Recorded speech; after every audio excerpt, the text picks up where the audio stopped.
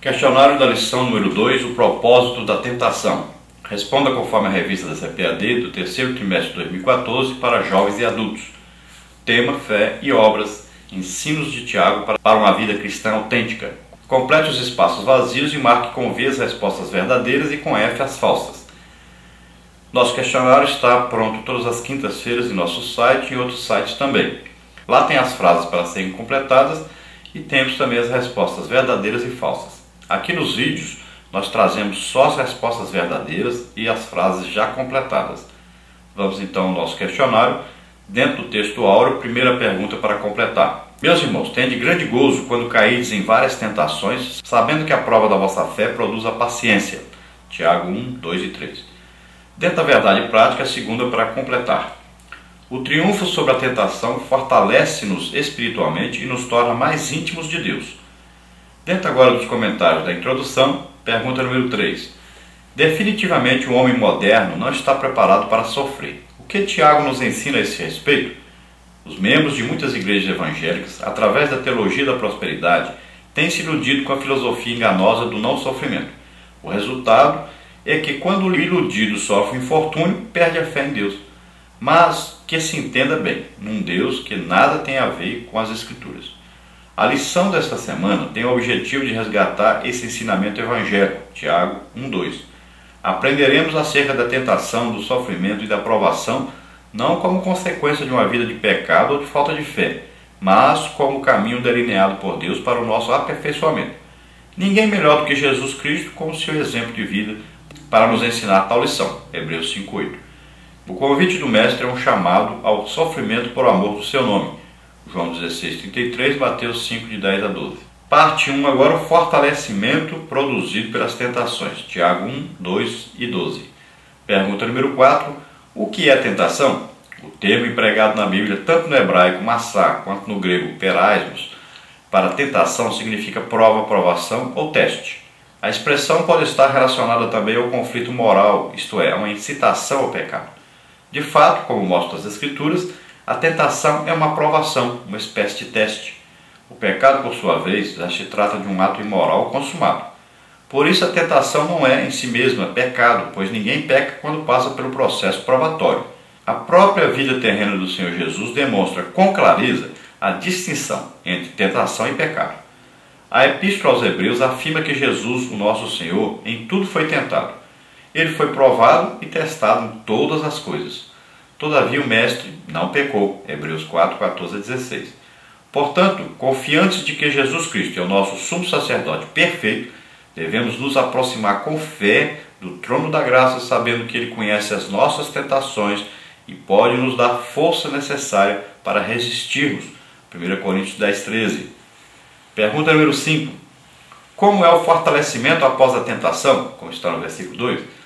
Do mesmo modo que o ouro precisa do fogo para ser refinado ou purificado, o cristão passa pelas tentações para se aperfeiçoar no reino de Deus. Quando tentado, o crente é posto à prova para mostrar-se aprovado, tal como Cristo, que foi conduzido ao deserto para ser tentado por Satanás e, embora debilitado e provado espiritualmente, saiu do deserto vitorioso e fortalecido, tendo em seguida iniciado seu ministério terreno de pregação a respeito do reino de Deus. Lucas 4, de 1 a 13.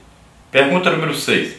À luz do exemplo de Cristo, o que compreendemos bem quanto ao que Tiago quer dizer quando exorta-nos a termos grande gozo quando caímos em várias tentações? Tal conselho aponta para a certeza de que ao passar pela tentação, além de paciente e maduro, o crente se sentirá ainda mais fortalecido pela graça de Deus. Pergunta número 7. Por que nos sentimos felizes pela tentação? Como está no versículo 12. Quando o cristão é submetido às tentações, há uma tendência de ele entregar-se à tristeza e angústia. Mas atentemos para esta expressão: bem-aventurado o varão que sofre a tentação.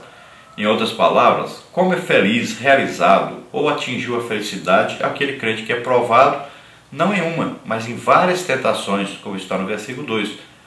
Ser participantes dos sofrimentos de Cristo e ao mesmo tempo felizes parece paradoxal. A Bíblia, porém, orienta-nos a que nos alegremos em Deus, porque a tribulação produz a paciência e esta experiência que finalmente culmina na esperança. Romanos 5, de 3 a 5.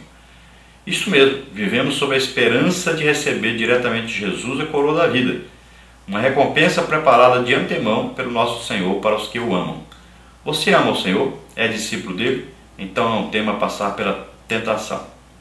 Há uma promessa: você receberá a coroa da vida, a qual o Senhor tem prometido aos que o amam.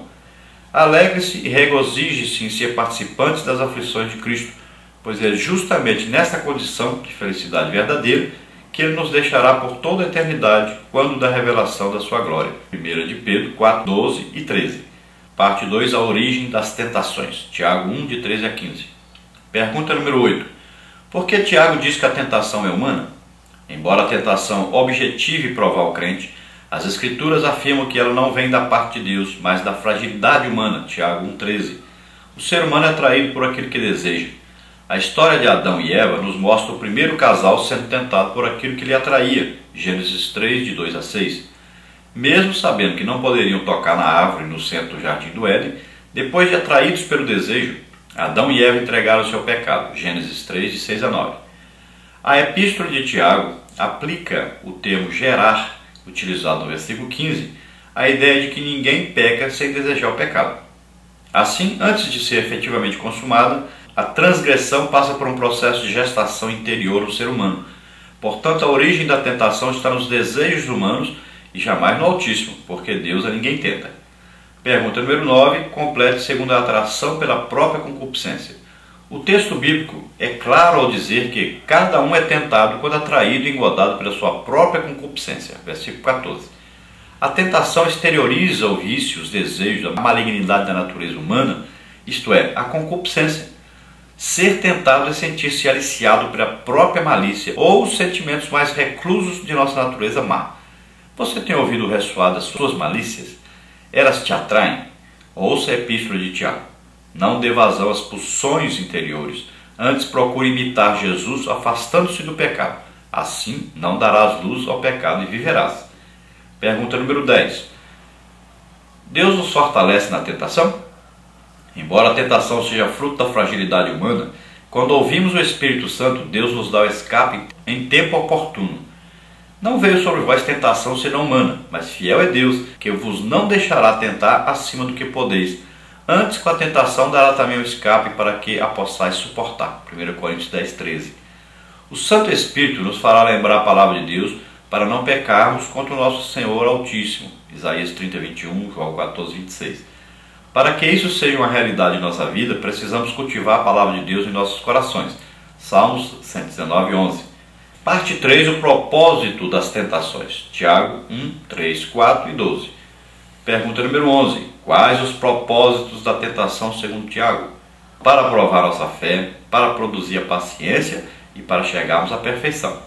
Pergunta número 12. O que Deus faz para provar nossa fé? Versículo 3. Na época de Tiago, os cristãos estavam desanimados por passarem duras provas de perseguição. No versículo 3, o meu irmão do Senhor utiliza, então, o termo sabendo, o qual se deriva do verbo grego ginosko e significa saber, reconhecer ou compreender, para encorajá-los a compreenderem o propósito das lutas enfrentadas na vida cristã. Deus prova a nossa fé. Tiago 1,12. À semelhança do aluno que estuda e pesquisa para submeter-se a uma prova, e em seguida ser aprovado e diplomado, os filhos de Deus são testados para amadurecer a fé uma vez dada aos santos. João 16:33 e Judas 3. O capítulo 11 da Epístola aos Hebreus lista inúmeras pessoas que tiveram a fé provada, porém terminaram vitoriosas e aprovadas. Por isso o referido texto bíblico é conhecido como a Galeria dos Heróis da Fé. Pergunta número 13. O que Deus faz para produzir a paciência? Versículos 3 e 4. Em nós? No grego, paciência deriva do upomone e denota a capacidade de perseverar, ser constante, ser firme, suportar circunstâncias difíceis. A palavra aparece no Novo Testamento ao lado de tribulações, Romanos 5:3, aflições, 2 Coríntios 6:4 e perseguições, 2 Tessalonicenses 1:4. Também está ligada à esperança, Romanos 5, de 3 a 5, 15, 4 e 5, 1 Tessalonicenses 1:3. Também a alegria, Colossenses 1:11, e frequentemente a vida eterna, Lucas 21:19, Romanos 2:7 e Hebreus 3:36. O termo ilustra a capacidade de uma pessoa permanecer firme em meio a alguma pressão, pois quem é portador da paciência bíblica não desiste facilmente, mesmo sob as circunstâncias das provas extremas. Jó 1:13-22, 2:10. Tiago encoraja-nos então a alegrarmos-nos diante do enfrentamento das várias tentações. Versículo 1, pois a paciência é resultado da prova da nossa fé. Pergunta número 14. O que Deus faz para que cheguemos à perfeição? A habilidade de perseverar ou desenvolver a paciência não acontece de noite para o dia. Envolve tempo, experiência e maturidade. O meu irmão do Senhor destaca na epístola a paciência para que o leitor seja estimulado a chegar à perfeição e, consequentemente, à completude da vida cristã que se dará na eternidade. A expressão obra perfeita traz a ideia de algo gradual, em desenvolvimento constante, com vistas à maturidade espiritual. O motivo pelo qual o cristão é aprovado não é outro senão para que persevere na vida cristã e atinja o modelo de perfeição segundo Cristo Jesus. Salmos 119:67, Hebreus 5:8 e Efésios 4:13. Agora, dentro da conclusão, complete. Sabemos que todo cristão passa por aflições e tentações ao longo da vida. Talvez você esteja vivendo tal situação. Lembre-se de que o nosso Senhor Jesus passou por inúmeras tribulações e tentações, mas venceu todas, tornando-se o maior exemplo de vida para os seus seguidores.